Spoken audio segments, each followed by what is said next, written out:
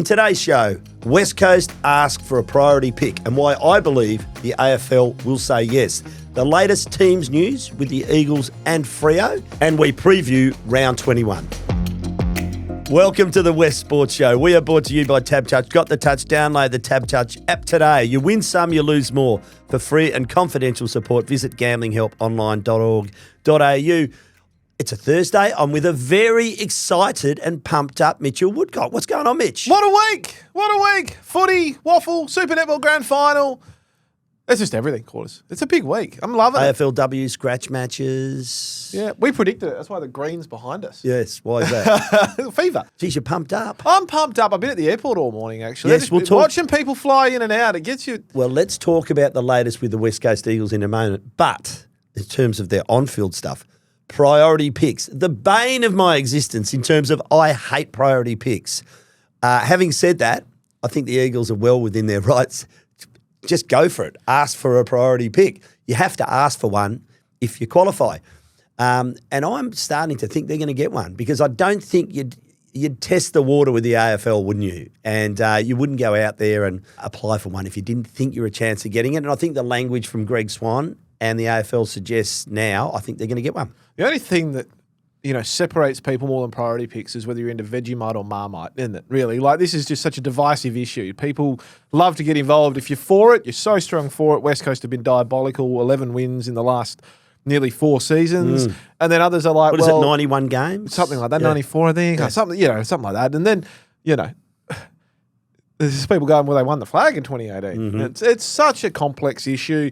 I don't like priority picks as just a general rule. I just think it's, Well, the draft is compromised with father-son picks, which I am in favour of, next generation academy picks, which I think should be either moved back or, as I think they're doing, you've got to pay a higher premium price for them. So by the time you've got your priority picks, your father-sons, your next gen, pick 3 could be pick 12. That's what I don't like about it. It further compromises an already compromised draft. We've seen clubs get them, obviously, in recent years. North Melbourne's had a suite of them. I tend to go into the camp of you won the flag in 2018, you've dug this hole yourselves. There are other mechanisms to get out of it, as other clubs have, i.e. Brisbane did. But I repeat, if you qualify, you've got to put your hand up. Yeah, 100%. So what about instead of getting a pick at the end of the first round or something like that, what if West Coast, for example, were allowed 2 extra NGA picks? They could take 2 players from their NGA before the draft.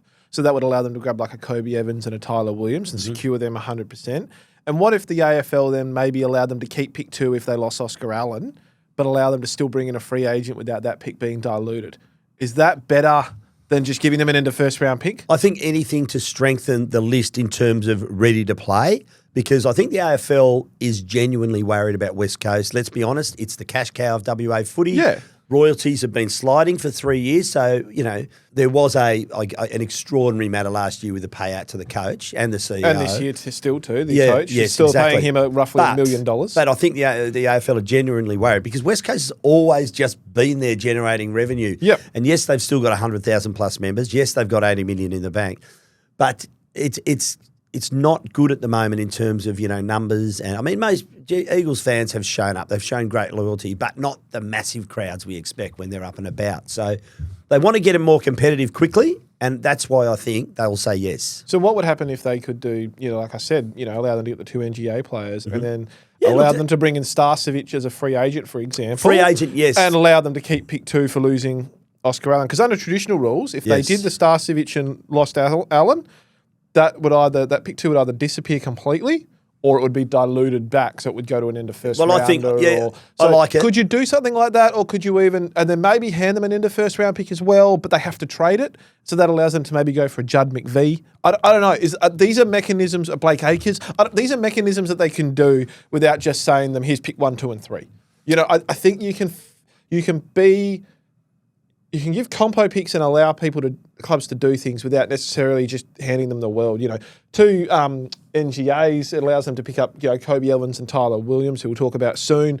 They're going to be bid on. I have a strong feeling at some stage by another club. I don't think it has to be an out and out. Here's a end of first round pick to do something with, but I think you can change you can tweak things slightly to allow West Coast to be better off. And I'm with you, Quarters, 100%. Clubs have done it before. Put your hand up. Nothing. You don't get anything for free in this world. And when you get a chance to get it, you take it. So I think they've got. So say they've got 1 and 2, right? Let's just take Harley Reid out of the equation for the moment. Okay, so he's staying, right? That's a $24 million equation. Take it out of it. So you've got, say you get pick 1 and 2, which they would have to use on the draft. You've got to go for youth in the draft. But Hawthorn's first rounder, which they also have. Yep, which is probably about pick 14 at the moment. They didn't want Carlton's first rounder. They wanted Hawthorn's first rounder. So that's perhaps where you can use that, or if you get some more assistance, you can use that to maybe split or to trade in some other players. So. Yeah, and I'm calling too, and I've been strong on this for a long time. With pick 1 and 2, West Coast have got to be brutal. Yep. Go and bid on Zeke Ewland at Gold Coast. Go bid on Daniel Annabelle from Brisbane. Go bid on Patterson from Gold Coast. If you get stuck with a Zeke Ewland, happy days. That's a great pickup. But I can tell you right now, Gold Coast aren't going to let that happen. The only reason the academies work for Brisbane and Gold Coast is because those players stay with their friends and get to play for Gold Coast and Brisbane and Sydney and GWS. Which is not a bad thing, Mitch, because that's what the academies are for in the northern states. But fight back. Make them pay up for them. Of course. If they're going to take the best player, if Zeke Ewland is the number 1 draft pick, bid on him and make Gold Coast pay for him. If you're not going to get the best player in the draft, and Zeke Ewland hasn't played for most of this year and is predicted to be the best player in this draft, and you're not getting first access to him, I'm all for the academies. But make them pay top dollar. Yes. And who cares if Cooper Duff Tytler is not your number 1 draft pick? You tell him you're our number 1 draft pick. If, that $20,000 they get from NAB or whatever, we'll put it in your next contract extension. We'll give you $60,000 and we'll pretend you're our number 1 draft pick. But just so you know, for competitive sakes, we're bidding on these guys. Like West Coast have got to be more brutal in these stakes. You can put your hand out, but West Coast have never been a club that puts their hand out. They've been a club that punches back. They're not punching back at the moment. Times have changed. This once powerful club now hasn't moved with the changing times. But they've got to. Yes, they do. And you've now. got to punch back. Yes, you've got to start taking. They took Liam Baker last year, who was uncontracted, and did a fair deal for Richmond because that's what he wanted. And they lost pick 3 for that. They about Owies, who was out of contract. So he will win. He will win their John Worsfold medal. The way things are going at the moment. And I'm not saying Liam Baker shouldn't be at the club. My point being is these two players were out of contract and they gave up a lot. They did. And Bo Allen's going to be a good player. Don't get me wrong. But pick 3 and pick 16 are 2 vastly different picks in a very strong draft last year. If you're going to get Judd McVie and they're not going to be able to trade for him, then say to them, we're going to, you either take a 3rd round to Melbourne or we're walking him to the preseason draft. Judd McVie says, I don't like that. You say, tough luck. This is what we're doing now. Devon Robertson wants to come home finally after signing for Brisbane for 2 years. Cool. We'll take you as a delisted free agent. Brisbane are going to delist you. It might look bad on your resume, but this is what we've got to do. You've got to start making some moves, Quarters. So Don Pyke revealed this yesterday. Andrew McQualter, I've just come from his press conference, and he's basically said, we qualify, we want to get better, quicker, so we're going to put our hand up. Harley Reid, he also confirmed Harley Reid had returned, as we flagged in our paper this week, had returned to Tongala in country Victoria. Line's been put through him for the rest of the season with that syndesmosis, so he will be, the first part of his recuperation is with family in country Victoria, which I am all supportive of. He returns next week to continue his rehab. Yeah, well, he's not going to be able to do anything this week. This week will be entirely, off legs, icing, waiting for the swelling to go down before you can even look at getting on a bike or anything, really. So, He's in a moon boot. He's in Tongala. Yeah, he's in Tongala. He's with his family. He's got a big decision to make. West Coast have a $24 million decision to make. There's so much going on at the moment with West Coast that it's fascinating for a 1-win team to be in this much headlines, I suppose, when the coach is completely safe. And of course, McQualter should be. But my point being is normally there's the pressure on that. There's so many different pressures. There's so many pressures. Don't forget, this was the situation Richmond was in last year, and they turned it into a magnificent spectacle, didn't they? I mean, Richmond supporters would have walked away. They've had their 3 flags, and it was almost as good as the premiership last year, I reckon, that suite of picks they had. But it's not the same this year, Quarters. That draft is nowhere near as strong as this draft. It's not that draft was huge and powerful, and West Coast don't have the assets to sell. They don't have a Liam Baker to sell. So, can you then, on trade, one of your early picks for next year? Which you can, of course. Well, you can, but then I don't know. You're also then... You want a fast track. You're kicking down the can down the road a little bit more too, And, not if you... And West Coast going to finish bottom 2 next year? Yeah. I would say so. Yes. I'd say the likelihood certainly is. Bottom 4. Bottom 4. So you're going to get another top draft pick next year and then probably the year up. They're not going to be in the top 8 for another 4 or 5 years. So West Coast have got to be patient. I'd like to see them, if McQualter's still doing a reasonable job like he is right now, or a good job actually, I think, but if he's still doing a reasonable job next year, he's only got a 3-year deal. I'd like to see them extend him. Like I believe Richmond are looking at extending This is Adam not a Uze. This is not a 3-year job. No, this is a long-term rebuild. And I think Richmond, by the sounds of it, are looking at extending Adam Uze. So, that's reward for what he's been doing. West Coast, I don't think are going to get the same on-field rewards next year, but this is just all these sort of mechanisms are coming into place, Quarters, and what they need is they need Don Pyke, Elizabeth Gaines to be very strong leaders right now and just back in Andrew McQualter 100%. He's playing kids, and we'll talk right now, I suppose, about who flew because he's made some big decisions this week. Let's talk about that, and back in your recruiting team to get it right as well is important. So I have just come from Eagles training. As you flagged, well done to you. You broke the story this morning. Campbell Chesser will come in for his first game of the season. Great to see. We've all sort of looked at Campbell and thought the early round draft pick had that really traumatic ankle injury that they likened to a car accident, injury early in his career. But he's had his ups and downs, but he comes back into the side. But there are a few missing from the plane trip to Melbourne this morning. You were out the airport. You live out there, don't you? Yeah, pretty much, yeah. So what happened? Who was missing? Expensive coffees. So it was an interesting, time. Obviously, I got the tip off this morning that Campbell Chesser was going to come back in for his first game since round 24 against Geelong last year. Had that ankle surgery in February. By all reports, was really flying on the track. Well, I did see him during the pre-season, so I'm really looking forward to seeing how he goes. Tom Gross, as we flagged early in the week after his waffle performance, 2 goals, 20-odd disposals, 5 clearances. He'll come in for his 7th game of the season and look to help out fill that void from Harley Reid.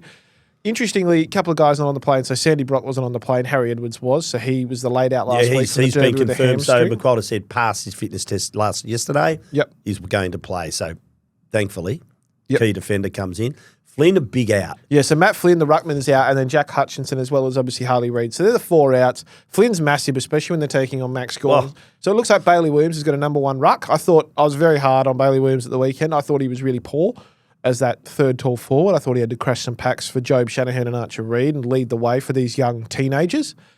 So they've brought in Locke Rawlinson, the South Australian rookie. He's only played 1 game last year at Gather Round. He was the sub against Sydney.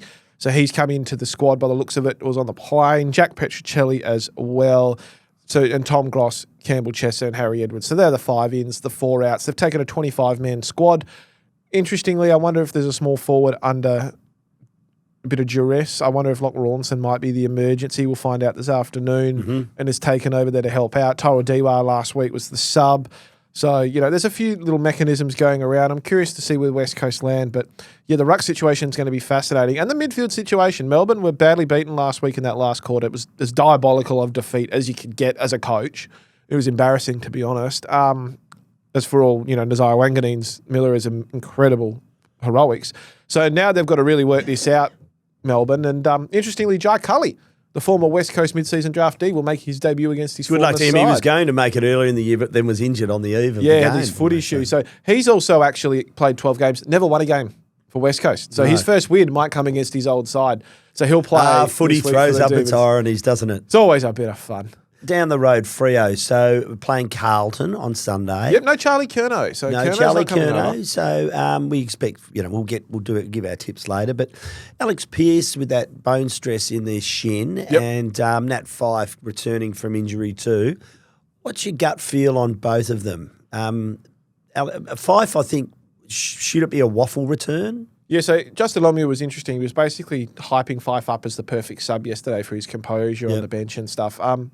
I've had the opinion that he'll probably play waffle this weekend against Claremont at Revo Fitness Stadium for Peel Thunder. Pearce, I was really confident would play. The Charlie Curnow coming out actually changes my mind a little bit.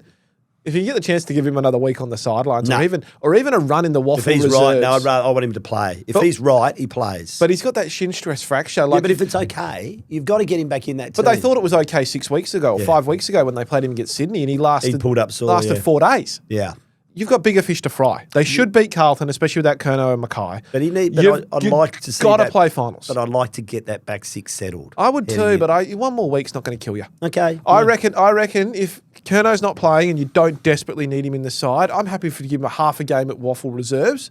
Just get some run in his legs. Just do something different. That would be my thought process. But look, he probably will play. But I'm I'm of the opinion that if he doesn't need to with a stress fracture like that, it's not a hamstring, it's not a calf, it's a different sort of injury. So for me, I wouldn't rush him back if you don't need him. I think they're doing pretty well defensively at the moment and offensively. Going all right, the Dockers. Now, before we get on to some picks, 7 WA hopefuls will be sent to the draft combine on October 3. Yeah, really excited by this. So the 3 All-Australians, WA captain Fred Rodriguez out of South Fremantle, big midfield bull. He's been leading that pack. It'll be Sam Swaddling, West Perth inside midfielder. The halfback, Jacob Farrow, massive interest in him through the draft. Actually, probably WA's new top draft prospect. He's also been invited. A bit of comparisons to Hayden Young and Jordan Dawson. Cody Curtin, the brother of Dan Curtin, Claremont Utility, 200 centimetres. We broke at the weekend quarters that he's got a bit of shin splints at the moment, so he's sitting out a couple of weeks. And West Coast, 3 NGA prospects are also going to go to the draft combine on October 3. Who are they? So that'll be Wes Wally out of Subiaco. Tyler Williams. Beautifully named Wes Wally. Yeah, so many headlines. Our boss, Jacob Waddell's going to love Yeah, that. he will. I can't wait. And then you've got Kobe Evans from Perth. He's coming back this weekend from a back injury, so I can't wait to see how he goes. He hasn't played at all since about March or April. And then, of course, you've got Tyler Williams from Swan Districts. He's going to play for West Coast Waffle Side this weekend. Charlie Banfield. Seen him sporadically at West Coast training because, they rotate. Yeah, they rotate those guys. So Charlie Banfield played at the weekend for them, had 9 disposals and a goal. Okay. But I'm really excited to see how You are. I can Tyler Williams play. It's palpable, Mitch, the excitement. Tyler Williams is an exciting player. His GPS numbers for Swan Districts are off the chart. Are they? So I can't wait to see how he goes about this one. So those guys invited, and then another 5 have been invited to the state combine at the moment. So Charlie Banfield's among that, Hudson Walker, and 3 Freo NGA players in Ryder Luke out of South Fremantle, Toby Wan, who was very highly touted earlier this year but has fallen a little bit behind, and Tom Phillips, who we're calling the WA's FIFO footballer. He lives in Melbourne, plays for Scotch College over there, and flew back and forth to play for WA. Yeah, East Fremantle product, so I'm really looking forward to seeing him, and Cooper Ramsey as well out of East Fremantle, the Ruckman. Mitch, let's pick some winners, but before we do, let's go to our great mate, David Short at Tab Touch. Shorty's Tips. It's producer Josh here, and joining me is David Short. How are you? Really well, Josh. Yourself? I'm very good. And who's hot this week? Nick Dacos is steaming hot. 42 disposals, 3 goals, 910 metres gained in a big performance against the Tigers last week. He's been smashed into $1.72 now to win the Brownlow medal. Unbelievable. The last probably 6 weeks, he just keeps on trimming up. Yeah, he's been hot all year. And your cooler? Melbourne, they're the complete opposite.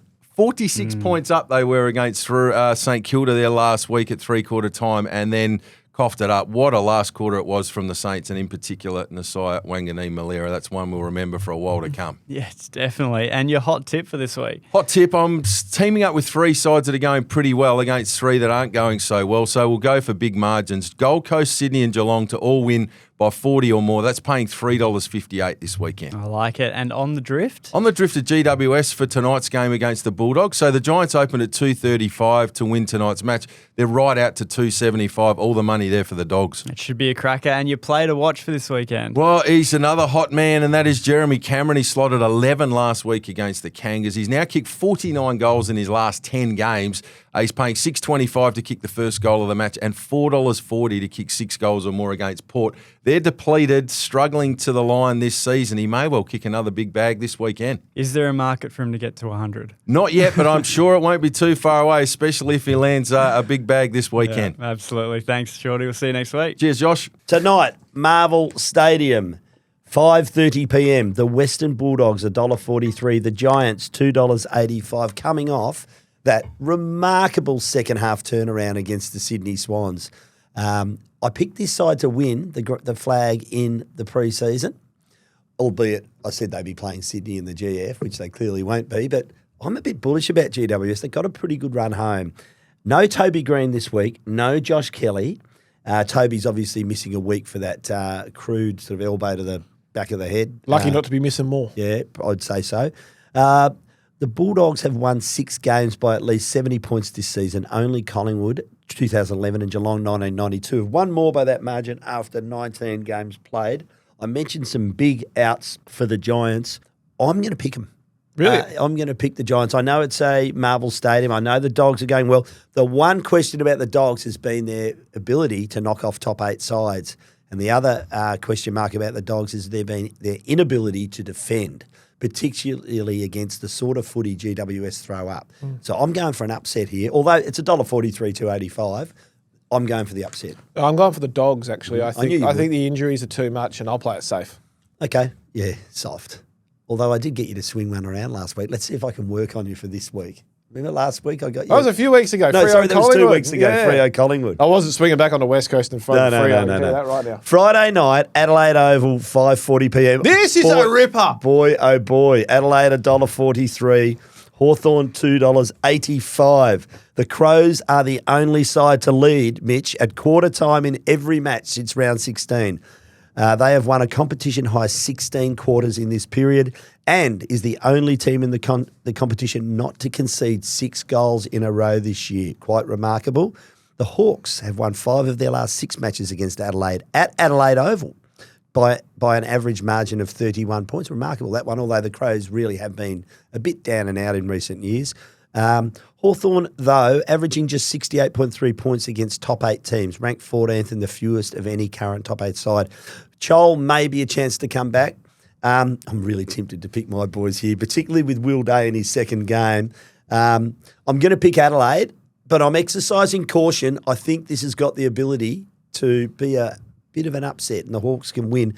Isaac Rankine, we know how good he is, Mitch, has kicked multiple goals just once in 6 career games against Hawthorn, averaging 14.5 disposals, 1.3 goals and 5.7 score involvements, probably because he's had Blake Hardwick sitting on him, my friend. So Adelaide to win, but I'm tipping it could be a night for the Hawks. Can we get Josh, our producer, we need to get a little, happiness insurance song behind quarters every time he tips against Hawthorn. Happiness insurance. He does this every time. When you think there's a 50-50, you go with the other team. Well, it is happiness so that insurance. you either get the tip or Hawthorn get the win. That's right. Can you imagine? You're going to Melbourne this weekend. I can't imagine you. I fly tonight, actually. I can't imagine you in your hotel room tomorrow night screaming at the TV. I'll be out for dinner, but I'll be making sure that the TV's pretty close. Yeah, I've got no doubt. Crows are my premiership tip at the moment. Yep. They yeah, look, are and I flying. can see why, mate. I think Fremantle and Adelaide have the most potent forward lines, as I'm in loving 'em. forward divisions. Yep. I think other teams have probably better processes of getting the ball forward. But Fremantle's has improved in that manner, by the way. But I really like both their forward lines. It's the 3-headed beast, isn't it? It is. For the Crows, the only thing for me is their defence. They're a little bit smaller. Hawthorn's defence can cover that, though. Yeah, they can. Adelaide's defence for me is a little bit thin, just a little bit on height. So I reckon it's but underrated. I think it's working really well. And I think it is too, and I love it to bits at the moment. I think their versatility across the rest of the ground is incredible. So for me, that's why I'm tipping the Crows. They're my premiership favourites at the moment. I love watching them. I can watch them anyway. Let's assume Nick Dacos is the favourite now to win the Brownlow in a rich vein of form. Yep. How big a chance do you give Jordan Dawson? Because he has had a great season again. So Jordan Dawson for me is not out of the question. The problem is Nick Dacos has Josh Dacos stealing votes, maybe a couple of other guys here and there. Dawson's got Rankin, Phil Thorpe, Fogarty.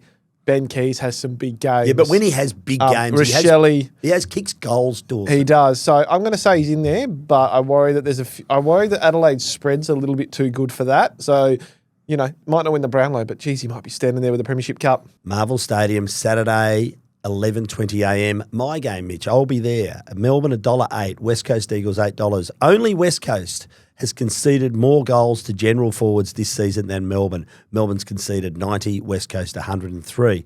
The Eagles have been outscored by 14.9 points per game in the first 10 minutes of quarters, ranked last, Mitch. In the last 4 rounds, West Coast has lost the around-the-ground clearances by 11.5 per game, ranked last, Mitch. Just a couple of players. I thought Tim Kelly was good last week. McQualter today thought it was his best game for the year. Season high 26 disposals, 16 contested possessions and 8 clearances in the derby. He wants to be good too because there's no Harley Reid, there's no Elliot Yeo, there's no Jack Graham. It's going to be a very young midfield. I also asked Andrew McQualter about Cozzy Pickett and he said, great player, we've got plans. Obviously wasn't going to divulge them, but he is really the barometer for Melbourne, averaging 20.2 disposals, 3.7 clearances, 2.5 goals, 1.5 score assists and 8.5 score involvements in wins this year, all careers high. If you close down Pickett, you're every chance of winning a game. Melbourne to win this one. Melbourne will win it. Yep. Just West Coast are too young. They'll give a fight, but they're too young. Yeah. They're after 4-quarter performances at the moment. So, yep. Can tell you who I'm tipping in this one. If they do win, what of Simon Goodwin? Won't be there. next year. I already think he's under enough stress, but if they lose this, he can't keep his job. It's untenable. I can tell you what, I'm tipping this one. I know who's going to win this next game. Saturday, 2:10 p.m. These are all Western Standard Time. Gold Coast $1.03 on Tab Touch Markets. Richmond $11.50. The Suns scored 84 points from clearances last round, a new club record and the 14th most by any team since 2011. Wowee. I'm obviously picking Gold Coast to win this one pretty comfortably. I just want to do a shout out to a Richmond player, Nick Flashstewart. Had a career-high 17 intercept possessions last round, the equal most ever by a Richmond player. He was in my team of the week, has been in my team of the week quite a bit this year. I reckon he should be considered for the All-Australian team. Yeah, Nick Floston's a great player. He should have been in a couple of times, I reckon, if not for it's amazing he hasn't made All-Australian. Guys like Tom Stewart. In those premiership, he's been good. Good player. But yeah, the Gold Coast for me. Saturday, 2:15 p.m. Another easy one. Sydney Swans $1.04, Essendon $10, Essendon 15 or so on their injured list. Good luck. They're averaging just 55.6 points over their last 5 games, ranked last in the league. That's just with they've just been split apart by injury. Sydney, still getting over that second half last week, conceded a goal streak of 11 goals against the Giants. And Mitch, if you look at the 2 recent grand finals, this has become habitual for them. They've conceded a streak of 10-plus goals on 7 occasions on record, 4 of these in the last 12 months. However, good luck, Essendon. Sydney by plenty. Yep. Okay. Sorry, I don't need to say any more, do I? Well, let's get a bit more excited about this. This is a game and a half. Geez, you are up and about, aren't you? Yeah, I'm always up and about. Because you've got your Dr. Evil look about you with your trench coat. Yeah, exactly. All you need is a tiny little miniature Abyssinian cat or something. I don't know. MCG Saturday 5:30 p.m. at Collingwood $1.61. Brisbane $2.30. Bad defeat by the Lions. The Lions' 66-point defeat last round against the Suns was the 7th biggest under Chris Fagan. Only 3 teams in history have lost by at least 66 in their final 5 games and then won the premiership, with Collingwood 1990 the last. The Pies have won their last 4 matches against Brisbane, dating back to the 2023 grand final. They were robbed, by the way, by an average margin of 19 points. Last round, we talked about Nick Dacos, became the first ever player to have 40-plus disposals, 800-plus metres gained, 3-plus goals in a game last round. Blink, and then Josh will run past you. Josh finished with 30 disposals, 599 metres gained, and 1 goal against the Lions in round 6. No wonder they don't want to get rid of the father-son rule. By the way, it's a bit rich of Chris Scott to call for an end to the father-son rule. Geez, Geelong have benefited quite richly from it, haven't they, over the years? I'm going to pick the Pies to win this, but I am nervous about that prediction. Collingwood have not been that convincing over the past month, and Brisbane will be smarting after that loss. But Pies for me. Yeah, Pies for me as well, but only because it's at the MCG. Sunday, 1:20 p.m, GMHBA Stadium. Geelong, $1.04. Port Adelaide, $10. Geelong has won 14 of the 17 games between these 2 clubs at GMHBA Stadium by an average winning margin of 42 points. The Power have lost their last 2 games to Geelong by 76 and 84 points respectively, conceding an average of 127 points across these games. I am picking Geelong to win this. The big question for me, Jezza Cameron, after the 11 last week on 69 goals in the Coleman, can he reach the 100? Like I'm going to play finals. I'm going bigger. Yeah, I'm going bigger. Close your eyes, Quarters. Close your eyes. Okay. I want 100,000 people at the MCG. Geelong are playing Collingwood in the grand final. 5 minutes to go. They're down by 4 points. Jeremy Cameron on 99 goals. Nice, yeah. Slots it from 30 metres out. Now 100,000 people storm the G. Yeah, it would be. Can you imagine what's going to happen if that happens? Let's not see a Buddy Franklin scenario repeated. That was a disgrace, though. What was it? Errol Gordon and one other were like walking outside the SCG to go back in. It was one of the same. But someone had a picnic on the ground during that. They set up a little rug. Yeah, unbelievable. But can you imagine if that happens though? Like, I'm actually serious though. I think it can happen. I think he can kick it before then. I think it. But let me just take. He's got some easy games coming up. Last 4 games, Geelong, Port at home, 5 Essendon goals at home, 7 goals. Sydney SCG, 4 goals. 4. Yeah, So that's what 15. Final round. No, that's Richmond 16. At the G. Oh, I tell you what. There's 10. And the really interesting thing is, so he's 19 clear of second, and that's Mitch Georgiades, who plays against him at the weekend. He's on 48. So, Mitch. I think he wins the Coleman. Oh, well, Jezza.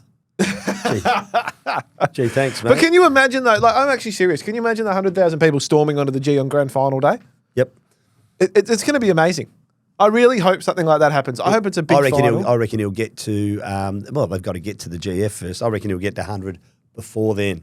I have skipped the queue, by the way. St Kilda, Marvel Stadium, It's okay, I like what 11:40 we're a.m. talking about. St Kilda $1.25, North Melbourne $3.95. St Kilda and Nasiah Wanganeen-Malera. I don't know what to say after watching that game last week. After watching that last quarter, I don't know what was more macabre and amazing in equal measures. Was it Wanganeen-Malera, his form through the midfield, then going forward, kicking those last two goals, claiming what I think, not as spectacular others, I reckon it was the mark of the year. Yeah, well, pressure-wise. Given the pressure, it was two players. It wasn't a great kick inside 50. No. Not the Marshall one was, but Yeah. the other one wasn't.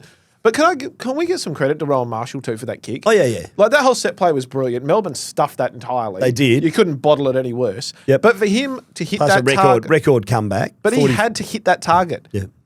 He misses that by an either way, and I think he just did, to be fair, because Wanganeen-Malera falls over as he marks it. But that's a kick and a half from a ruckman under pressure. That's elite. It was interesting. I heard a take on it during the week on one of the footy shows, and it was that Melbourne had to get.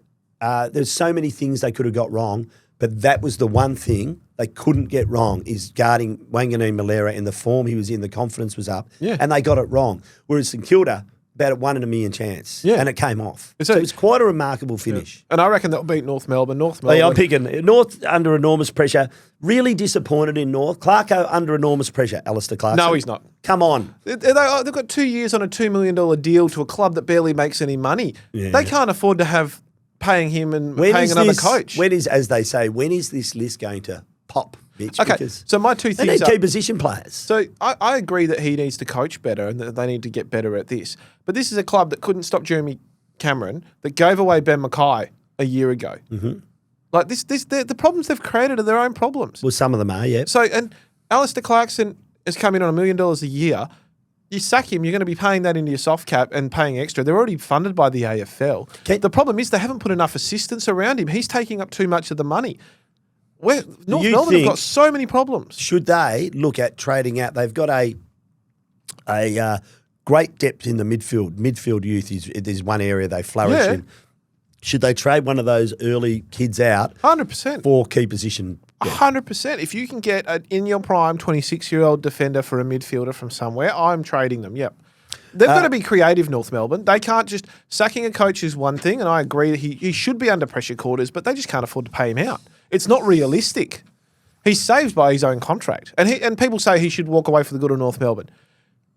Those people have never had the chance to walk away from $1 million a year, and guess what? You don't walk away from $1 million a year. Optus Stadium Sunday, 3:10 p.m. to close out the round. Fremantle $1.15, Carlton $5.50. Fremantle has won its last 6 games at Optus Stadium, conceding just 65 points per game. Hasn't conceded more than 100 points in its last 20 matches at the venue. Carlton has won 7 of its last 8 matches against Freo since 2018, with 4 of these wins coming by less than 3. Pearce a test, Fife a test, Freo wins. It's going to be interesting selection-wise. Does Hayden Young get through a full game? Obviously, the Glendenning Allen medalist played 2.5 quarters and was fantastic. Does Fife play? We'll find all that out this afternoon. You're probably listening to this after the selections or the squad's been selected. But, yeah, no Curnow. I think Carlton are in a world of hurt, so Fremantle for me. Murphy Reid, does he win the Rising Star? I spoke to Craig O'Connor about this on Tuesday. He should. So Dan Curtin? It depends on what you're looking at. If you're looking for a better year, then, Murphy Reid. If you're looking for who's had the most impact over a certain number of games, then it's Dan Curtin. But for me, I think Murphy Reid deserves it. That's just my opinion. Can you see the excitement levels right now grow? Yeah, of course. You know why? My favourite time of the week, the Thirsty Camel mailbag. This week's special, 4X Gold cans. Camel Club member price is $54.99 a block. Join up in-store or online today, Mitch.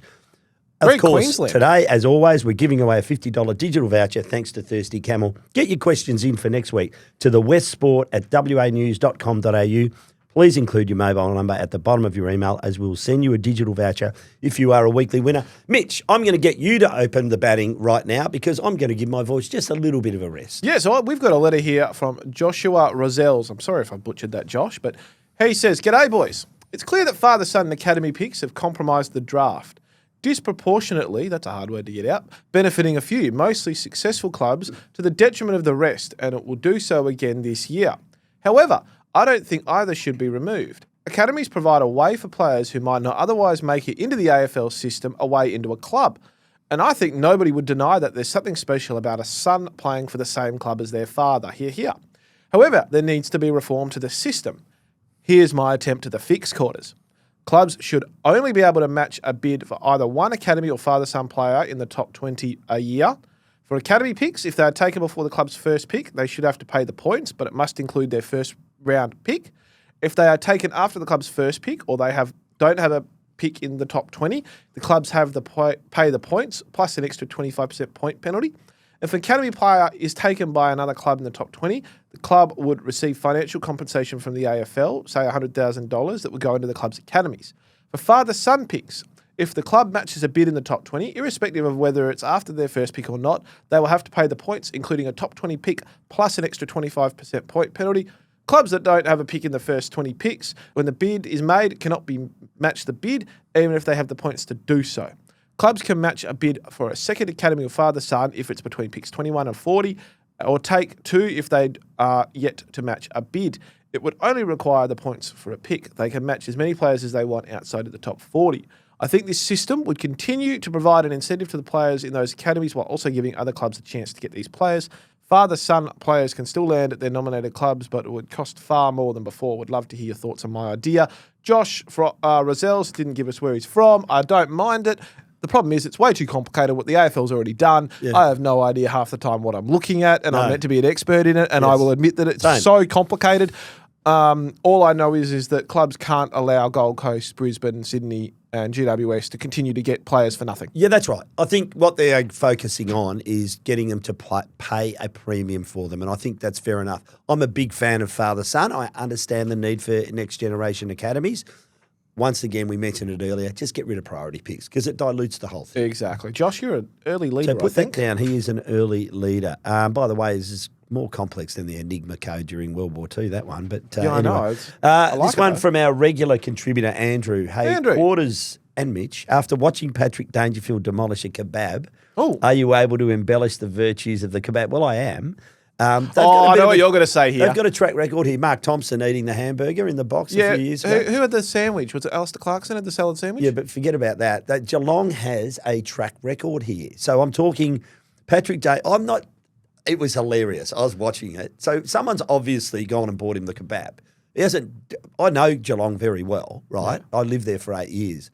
I know that there's a set of shops nearby. Surely he hasn't dashed across in his footy gear and his boots and ordered a kebab with the lot with garlic sauce. What do you reckon was in it? I reckon he's a seafood man. So I'm not sure whether he'd probably go garlic sauce. Wouldn't he? He'd have all the garlic on the prawns and everything. So you're a doner man. You love a doner. I love a doner. Yeah, I go doner with a lot and a bit of garlic sauce, and got to have chili. Always chili. I'm a steak kebab guy. Oh, okay. I love the steak kebabs. That's a bit weird. Why? Let's go the doner, mate. That's what it's about. No, because I don't know what's in that thing. Anyway. It looks like fried polony. We digress. So Dangerfield kebab, Mark Thompson the hamburger, but neither of them get close to my favourite Geelong story. So go back to the 80s, the famous, or was it the late 70s? Anyway, early 80s, late 70s, the famous Gary Sidebottom from Swan Districts, the late, great Gary Sidebottom, waiting, I think he lived in Lara on the way between Geelong and Melbourne. The bus was going to pick him up. Billy Goggin was the Geelong coach. Didn't pick him up. So the urban myth is whether, Sidebottom actually didn't turn up at the stop or whether they didn't pick him up. I think it was the latter. Anyway, that's not the best part of the story. Sitting in the grandstand at VFL Park is Peter Johnson. Peter Johnson has played in the Geelong Reserve, so he's gone there earlier.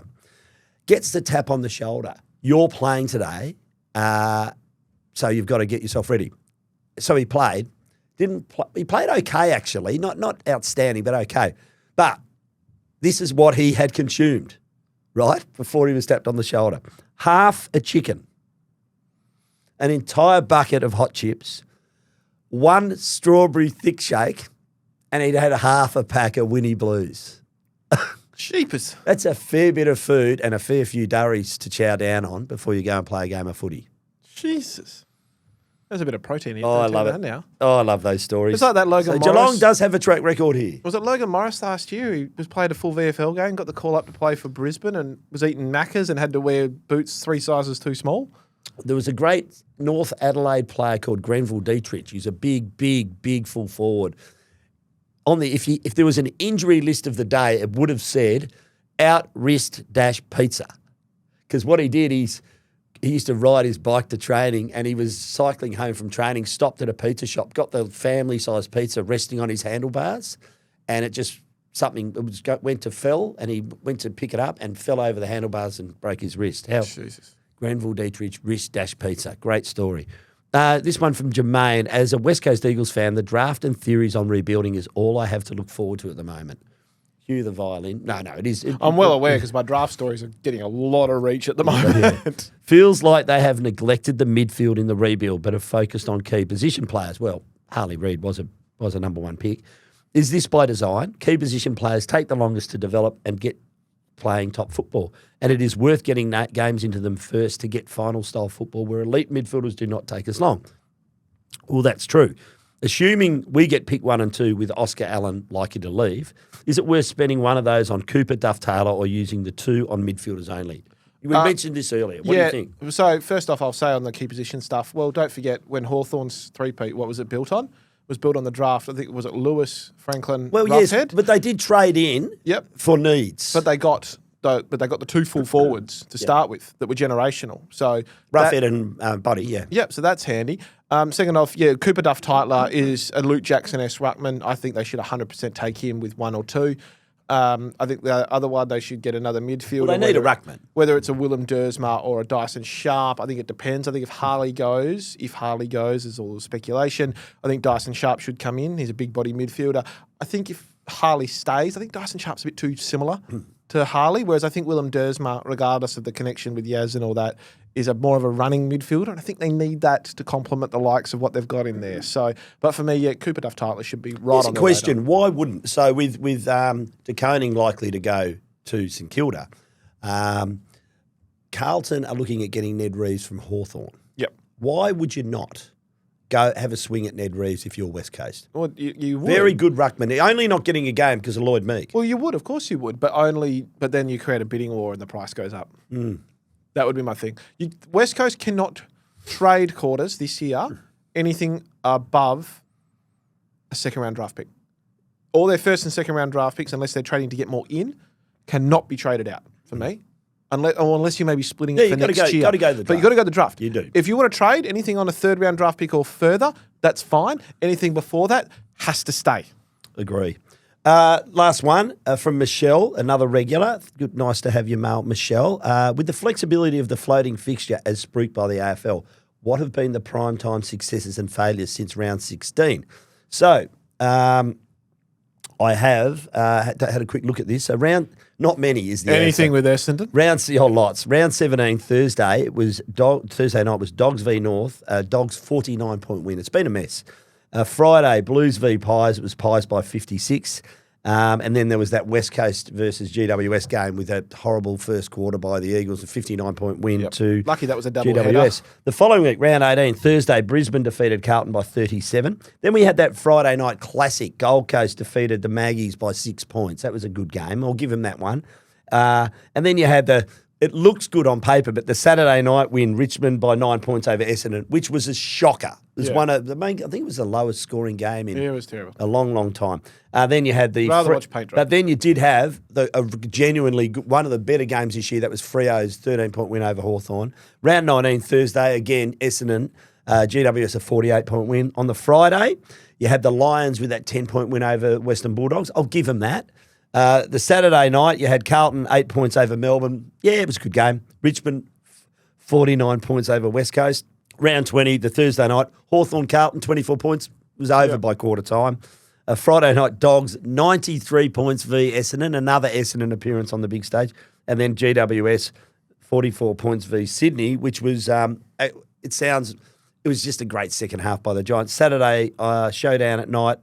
Crows 98 points over Port. It's been a mess. It has been a mess, but look, this weekend is going to be ripping, and there's some good ones coming up. And don't forget, finals are around the corner. Quarters, I'm going to give it to Josh. Well, Josh he's put the Rozells. work in. He's put the work in. I don't understand it. I'm going to get a math degree. The producer, Josh Cable, outside Sporty's compass. I don't know. No, I'm really excited. Thank you, Josh. That was actually an excellent email. It was well thought out. You're going to get the Thirsty Camel gift voucher. He will. $50. $50. Get around it. Quarters, you enjoy Melbourne. You're heading home. I am. You're going to enjoy that. For a couple of nights, yeah. But a lot of work to do. And good luck to the West Coast Fever girls. Yes, for the grand 100%. final against Melbourne Vixens on Saturday afternoon, John Cain Arena. Saturday night. Yeah, well, 5 p.m. Western Standard Time, 5:30. 5:30, yep. 7:30. So I'll be there. You'll be looking at it on the TV. We'll be coming. Good luck to the West Coast Fever. They've had a great year. Mitch, this has been the West Sports Show. We have been brought to you by Tab Touch. Got the touch? Download the Tab Touch app today. You win some, you lose more. For free and confidential support, visit gamblinghelponline.org.au. Remember, you can watch or listen to this podcast, Mitch, on YouTube Music. Leave us a rating and a review. And don't forget to follow this podcast so you don't miss an episode. Mitch, thanks again. Thanks, Gordon. Talk to you next week. Let's go.